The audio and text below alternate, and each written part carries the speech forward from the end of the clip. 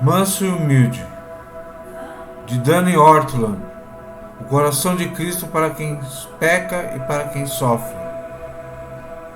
Capítulo 3.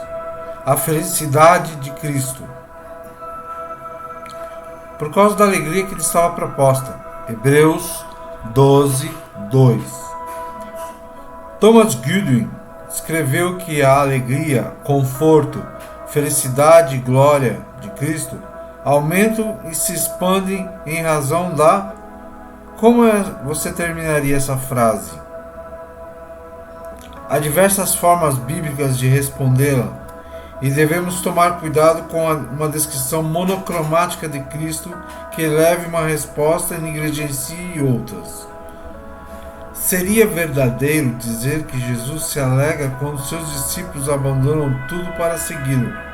Mateus 10, 21, 23. Seria válido ver Cristo se regozijando quando a fidelidade dos crentes no pouco prepara-os para serem fiéis no muito. Mateus 25, 21, 23.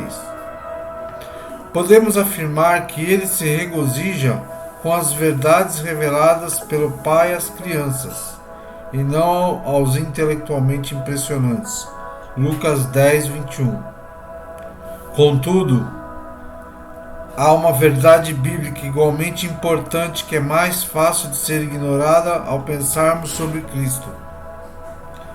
Os cristãos intuitivamente sabem que Cristo se agrada de lhe ouvirmos e obedecermos. Mas e se o coração e a alegria dele se comoverem de uma nova forma em nossos fracassos e falhas? Goodwin completa sua frase assim: a alegria, conforto, felicidade e glória de Cristo aumentam e se expandem em razão de sua demonstração de graça e misericórdia ao perdoar, aliviar e consolar os seus membros aqui na terra.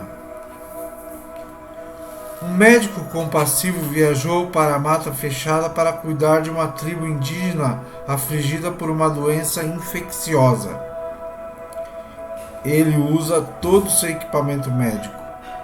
Ele diagnostica o problema e os antibióticos estão preparados e disponíveis. Ele já tem independência financeira e não precisa de remuneração alguma. Mas, conforme ele busca atendê-los, os afligidos recusam atendimento. Eles querem se cuidar por conta própria. Eles querem a cura nos próprios termos. Finalmente, alguns poucos jovens corajosos aceitam o cuidado médico gratuito. O que esse médico iria sentir? Alegria. A sua alegria aumenta à medida que os doentes vêm livremente a ele para serem auxiliados e curados. Foi justamente por isso que ele veio. Quão maior não seria a alegria dele se os doentes não fossem estrangeiros, mas parte de sua família? É da mesma forma conosco em relação a Cristo. Ele não se sente incomodado e frustrado quando vamos até ele pedindo perdão mais uma vez, esperando nova remissão, cheios de aflição, necessitados e vazios. Foi por isso que ele veio. É isso que ele quer curar. Ele passou pelo terror da morte e saiu do outro lado a fim de providenciar um estoque ilimitado de misericórdia e graça para o seu povo. Mas há um ponto mais profundo que Goodwin está estabelecendo aqui. Jesus não quer que recebemos de sua graça e misericórdia só porque ele valida sua obra expiatória. Ele quer que recebamos sua graça e misericórdia em razão de quem ele é. Ele se aproximou de nós na encarnação para que a sua alegria e a nossa pudessem subir e descer juntas. A dele ao dar-nos misericórdia e a nossa ao recebê-la. Goodwin passa a argumentar até mesmo que Cristo se alegra e se conforta mais do que nós, quando vamos a Ele em busca de socorro e misericórdia.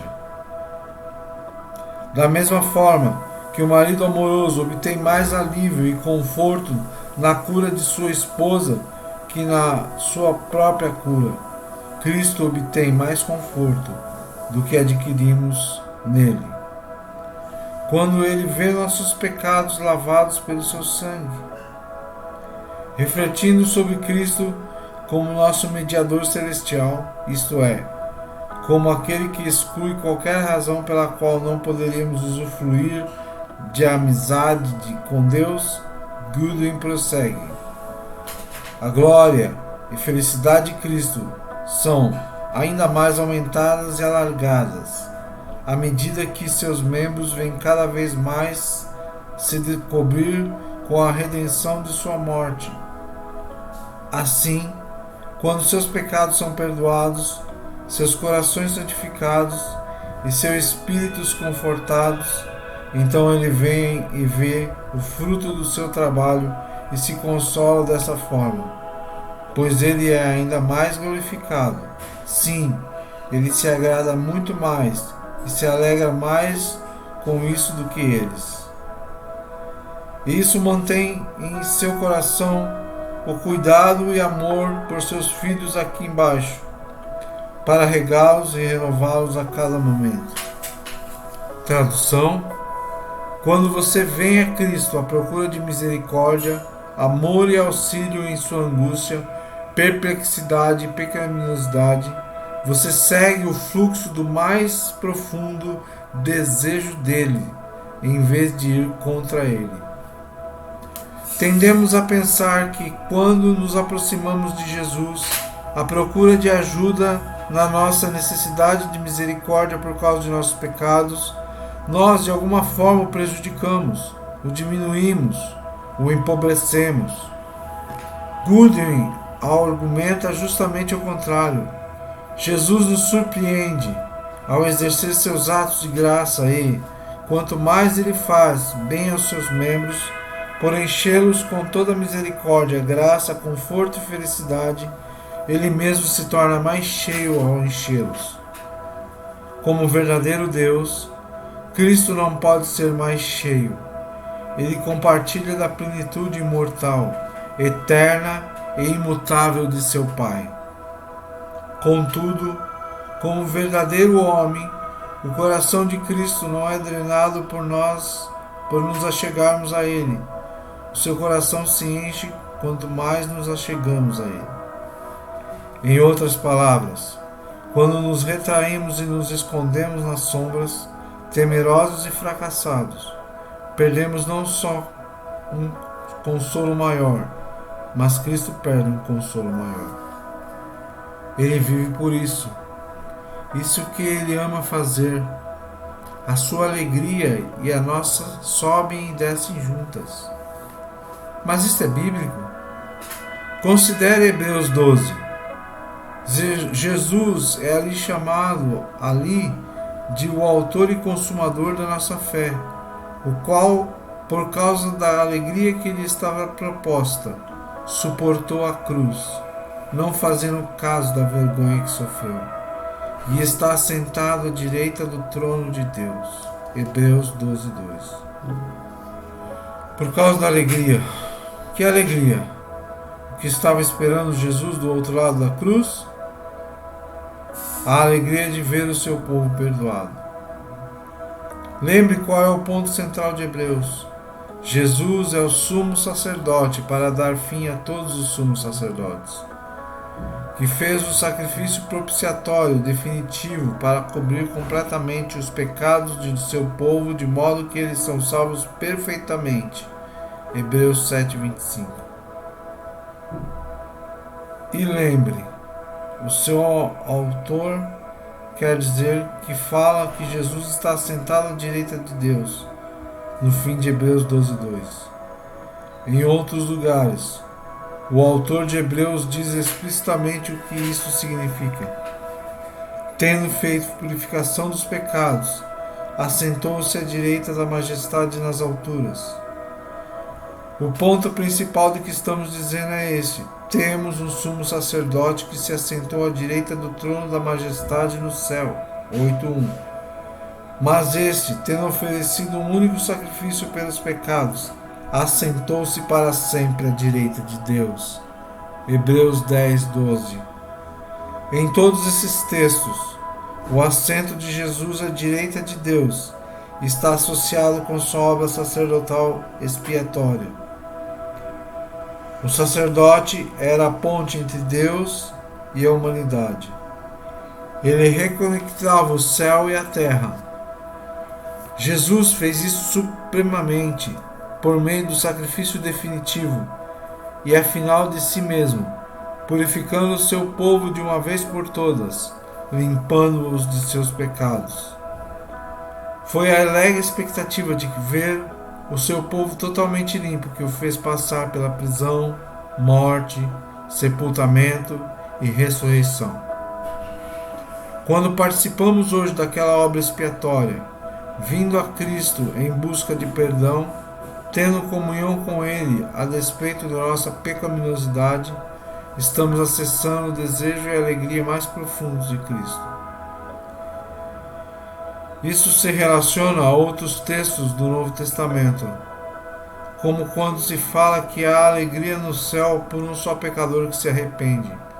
Lucas 15:7.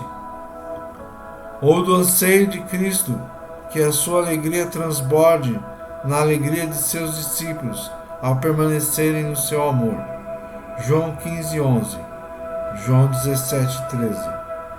Ele quer que tiremos força do seu amor. Mas os únicos qualificados para fazer são pecadores necessitados de amor imerecido. E Ele não deseja que simplesmente sejamos perdoados. Ele nos deseja. Como Jesus fala dos seus desejos mais profundos, assim: Pai, meu desejo é que aqueles que me deste estejam comigo onde eu estiver. João 17:24. Os nossos corações incrédulos precisam ver bem onde pisam aqui. Não seria uma audácia presunçosa buscar a misericórdia de Cristo sem filtro algum? Não deveríamos ser mais comedidos e racionais, com cuidado para não pedirmos demais dele? Será que um pai com um filho asfixiando iria querer que seu filho buscasse ar de um tanque de oxigênio de uma forma comedida e racional? O nosso problema é que não levamos a Escritura a sério quando ela nos chama de corpo de Cristo. Cristo é a cabeça. Nós somos as partes do seu corpo. Como uma cabeça trata o seu próprio corpo? O apóstolo Paulo nos diz: alimenta-o e dele cuida. Efésios 5:29. Então Paulo faz a conexão explícita com Cristo. Assim também Cristo em relação à igreja, porque somos membros do seu corpo. Efésios 5:29 e 30. Como cuidamos de um ferimento em alguma parte do nosso corpo? Tratamos, colocamos um curativo, protegemos e damos tempo para ele sarar. Pois aquela parte do nosso corpo não é só um amigo íntimo, é parte de nós. É desse jeito entre Cristo e os crentes. Somos parte dele. É por isso que Cristo ressurreto pergunta a um perseguidor do seu povo: por que me persegues? Atos 9:4. Jesus se consola quando você recebe das riquezas de sua obra expiatória, porque é próprio do corpo dele que está sendo curado.